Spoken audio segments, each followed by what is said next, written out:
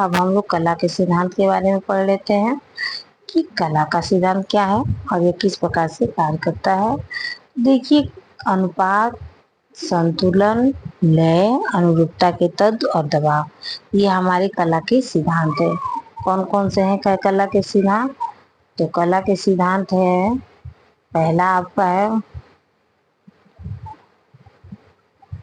अनुपात, दूसरा है संतुलन, तीसरा है लय। पहला अनुपात, संतुलन, लय, अनुरूपता के तत्व और दबाव, यही है अनुपात, संतुलन, लय, अनुरूपता के तत्व और दबाव। तो ये 5 आप हमारे हो गए कला के सिद्धांत। तो देखिए, अनुपात में क्या होता है? अनुपात में रेखाएं, अनुपात में दूरी, अनुपात में माप, तो ये अनुपात हो गया। ठीक है, इस प्रकार से संतुलन औपचारिक, द्विशब्द, स्पष्ट और औपचारिक, तो ये हमारा संतुलन हो गया। अब कला के सिद्धांत में लय और प्रकार, तो ये नियमानुसार या नियमित और स्वच्छंद।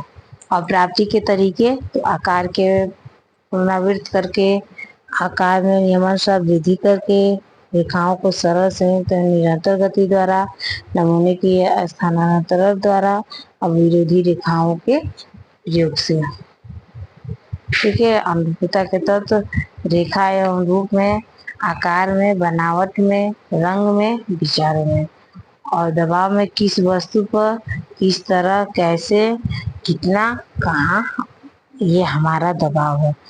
तो इस प्रकार से हम लोग का कला के सिद्धांतों को देखा कि कला के सिद्धांत क्या है। तो आप लोग याद करिए कि अनुपात, संतुलन, लय, अनुरूपता के तत्व और दबाव, तो ये कला के तत्व हैं, सिद्धांत हैं। और इन सब के बारे में हम लोग डिफिनेशन से पढ़ते हैं।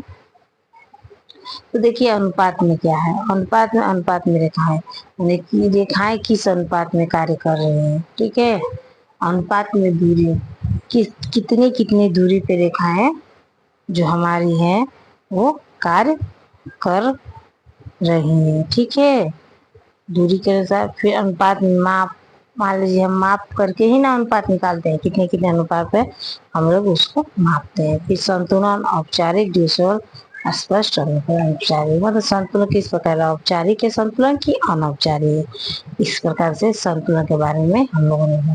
लय, लय किस प्रकार की है? नियमानुसार नियमित है या फिर स्वच्छंद है। ठीक है, यह भी नियमित है कि स्वच्छंद है, इसके बारे में। फिर से अनुरूपता, अनुरूपता के तत्व कौन कौन से? रेखा एवं रूप में, आकार में, बनावट में, रंग में, विचार में। ठीक है, दबाव, किस वस्तु पर, किस तरह, कैसे और कितना।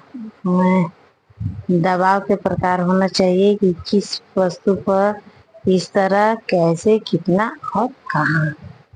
तो इस प्रकार से अनुपात, संतुलन, लय, दबाव, सबके प्राप्ति के तरीके भी हम लोगों ने समझा। धन्यवाद।